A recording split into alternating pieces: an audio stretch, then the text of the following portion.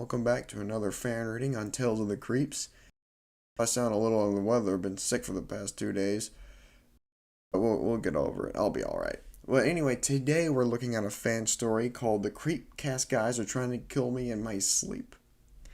In my dreams. Yeah, kill me in my dreams, not my sleep. Whatever. The story is by Matthew Saxophone 2. He has apparently written a lot of other horror stories. I will leave a description below so y'all can check it out. I have no idea what to expect from this story. It seems really goofy, but I'm sure it's got some I lost my train. I'm sure it's got some nice writing in it, so I'm looking forward to reading this and y'all getting my upfront reaction. Upfront. Man, this opening is trash. Anyway, let's get into the story, alright?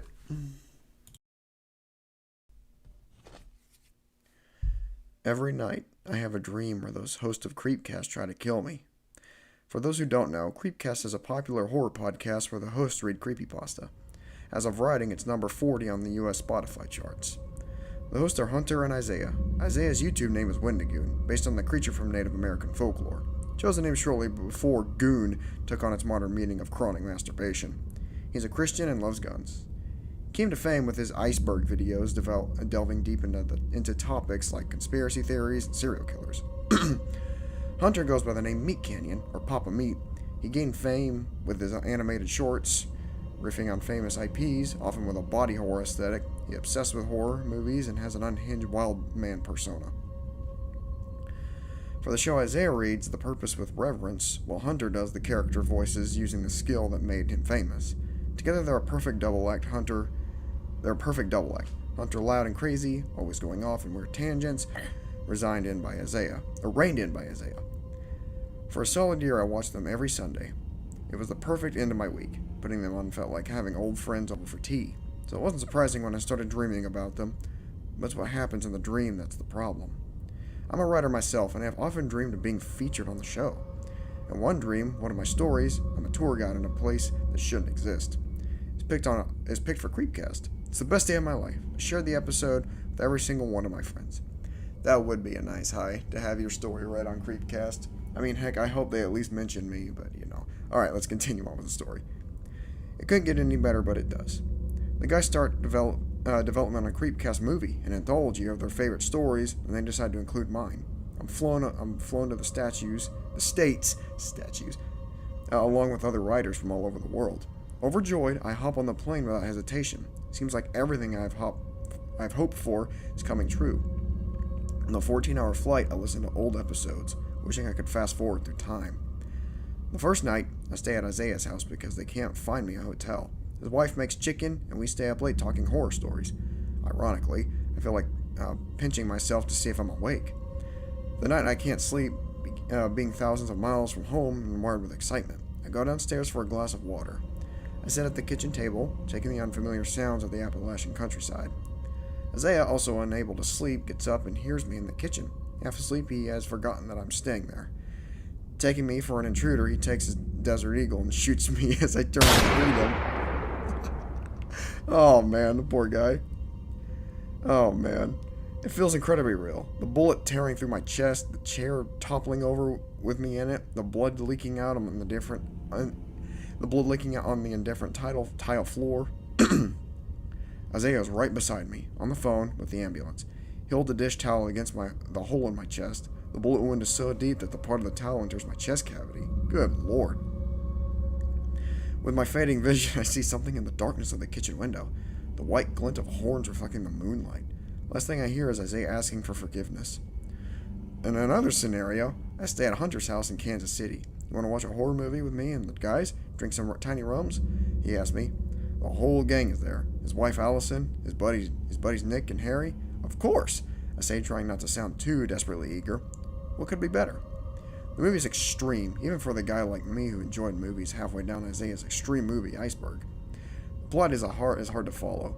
Just scene after scene of people being tortured. The torturers are members of some religion, worshipping an entity that feeds off pain.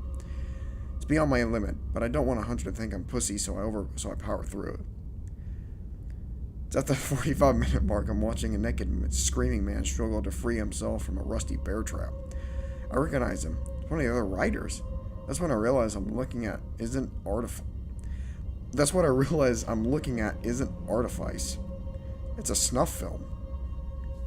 They lured us here with no promise of fame. We're writers, loners. No one would miss us. The others on the couch sense that I know. They all turn to look at me and laugh, and a terrifying moment of paranoia become real. I'm formulating excuses to leave when I start feeling groggy. I only took the mini rum bottle he handed me. Stupid. Oh my gosh, I cannot read. I only took the mini rum bottles he handed me. Stupid. I pass out. The pain makes me come to. Hunter's ripping flesh from my body with a curved knife tied to the real meat suit he's wearing. I feel like the knife exploring my gutty works. I feel the knife exploring my gutty works. I try to scream, but he's cut through my vocal cords, and all that comes out is a wet whistle. He chortles, gosh, as he goes about his work. In yet another dream, the boys come to Ireland with a live show. In a dream come true moment, and I'm invited on stage with them to read the voice of one of the characters. I'm so happy to be chosen that I flub most of my lines. They interview me, and I'm able to plug my story, and they promise to read it on the show. I'm invited backstage to an after party. The atmosphere is charged. We're all psyched to hang out with our heroes. We're asked to do what we want to go to a second location for a surprise. We figure it must be some extra content for a Patreon. As any true crime fan will tell you, never go to a second location.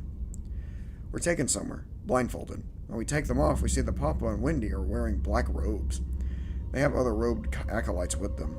Looking at the signs and machinery, I realize the place is an old dog food factory with giant meat grinders. They're gonna be dog food. That's awesome.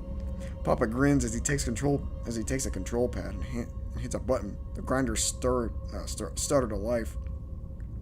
We try to run, but the acolytes are big guys and hold us down. When I look again, I see they're not guys. They're powerfully built Amazonian women. 7 of them. It's Jacoby's cousins. I guess they were fans too. I could see the face. I could see the face of the one holding me under her hood. She looked at Isaiah like he was a saint. Wendy takes out a mockery of a Bible bound in human skin. He reads passages in impossibly old pre-human tongue. You think we got to number 40 on Spotify by Town Alone? Papa yells before feeding the first fan into the mincer while the rest of us are forced to watch. It's a bit, right? It's just a bit. It's just a bit, right? It's just a bit, says a fan. She's a larger young lady with a green hair and long-sleeved metal tee with that impossible-to-read writing. Tears and snot run down her face. She's shaking hard like she's been dragged back and forth by invisible hands. I don't think so.